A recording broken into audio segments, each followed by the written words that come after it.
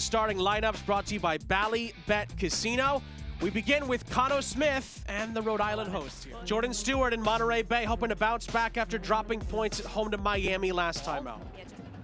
Trying to fend off Aldair Sanchez, he does, and finds Rebollar. Rebollar into the middle, it's poked free, and it's in! Monterey Bay take the lead. Mayele Malango with a really sharp finish. And Rhode Island trail in Pawtucket after a really sharp move inside the penalty area from the Seasiders. Monterey Bay take the lead. Well, appeals and disbelief for an offside call here. Rebollar with just that touch. A small deflection, flicking it onto the back post, and you see players. And, well, Harivo misread that. Looked like it was last off of Rhode Island. He could have saved it. Zach Harivo, a throw-in for Monterey Bay instead.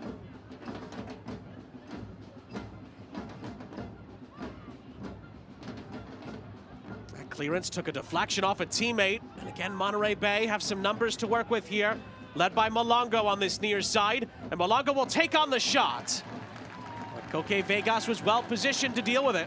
Mayele Malango is just a handful. He does so well to keep width in this shape and always seems to find himself in isolation. Back to that right foot, get him inside the frame of goal.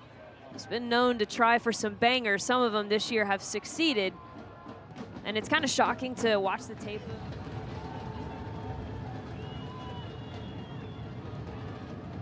It will be Noah Fuson! Oh, just wide.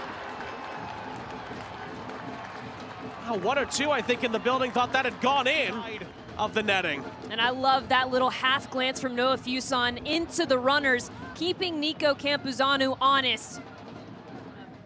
A perfect distance, bending it around the wall.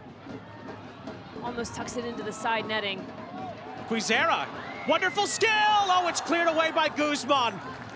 Out for a Rhode Island corner, and here comes the momentum shift potentially here for the hosts.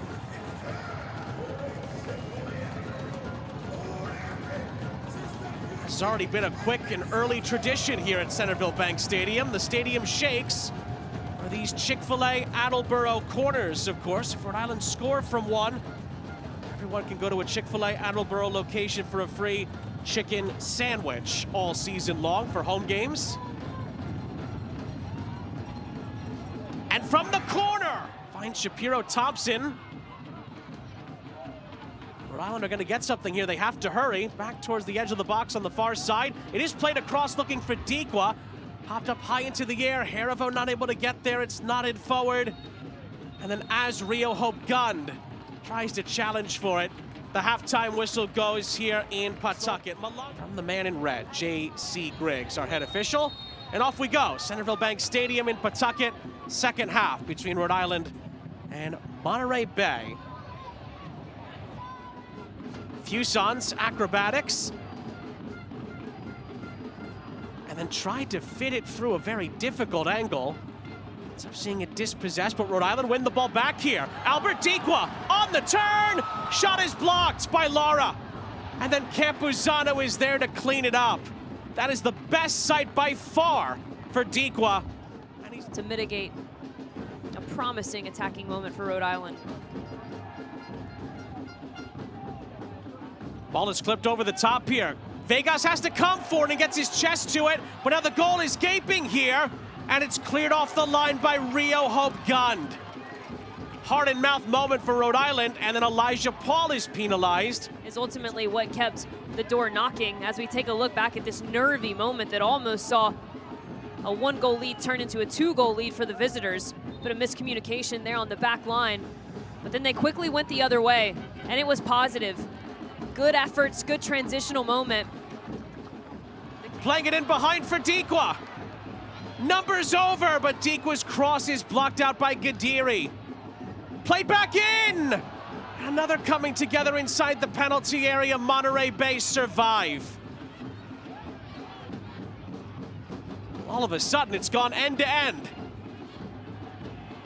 Lara has to be careful. Campuzano clears underneath the Rhode Island pressure.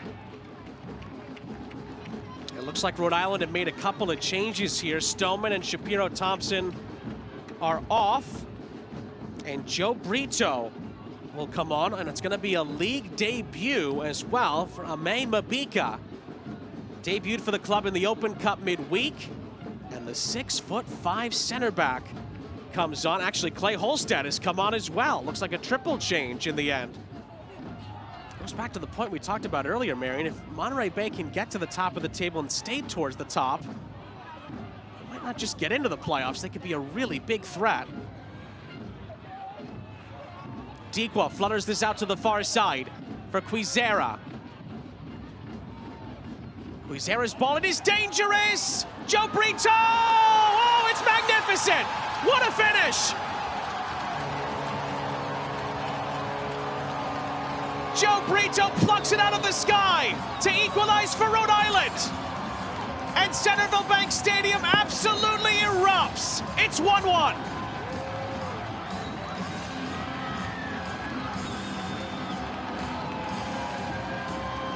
Very active substitution for Cano Smith's side. Joseph Brito, right place, right time. That's a beauty of a strike. Particularly at this particular time with so many players in and out of the lineup. And that's really the transition that we've seen. Anytime Okiyoshi has come onto the pitch, it's dropped Tarivo back. Brito. Sanchez dispossessed. He hopped right back up. I hear Sanchez. But Rhode Island wins the ball right back. Good step. Malango almost opened up for him. Kwizera for Brito, blocked. Brito plays it in behind. Malango stayed up there. Recovered by Dequa. Played back across for Kwizera, who just missed out on being a Rhode Island hero. And I like that Mbika just stayed up there. He does really well to recognize those moments, and that's another thing that the addition of Clay Holstead into the mix, the addition of Zachary Harivo into the mix, you have players who are very good in terms of their defensive excellence, 1v1 ability, and now Cano Smith. He's gonna send this forward. Is there time for one more chance? Dequa flicking it forward for Kwizera. It runs out of play. And that is it, full time in Pawtucket. Well, Joe Brito with a magnificent goal laid on does salvage a point.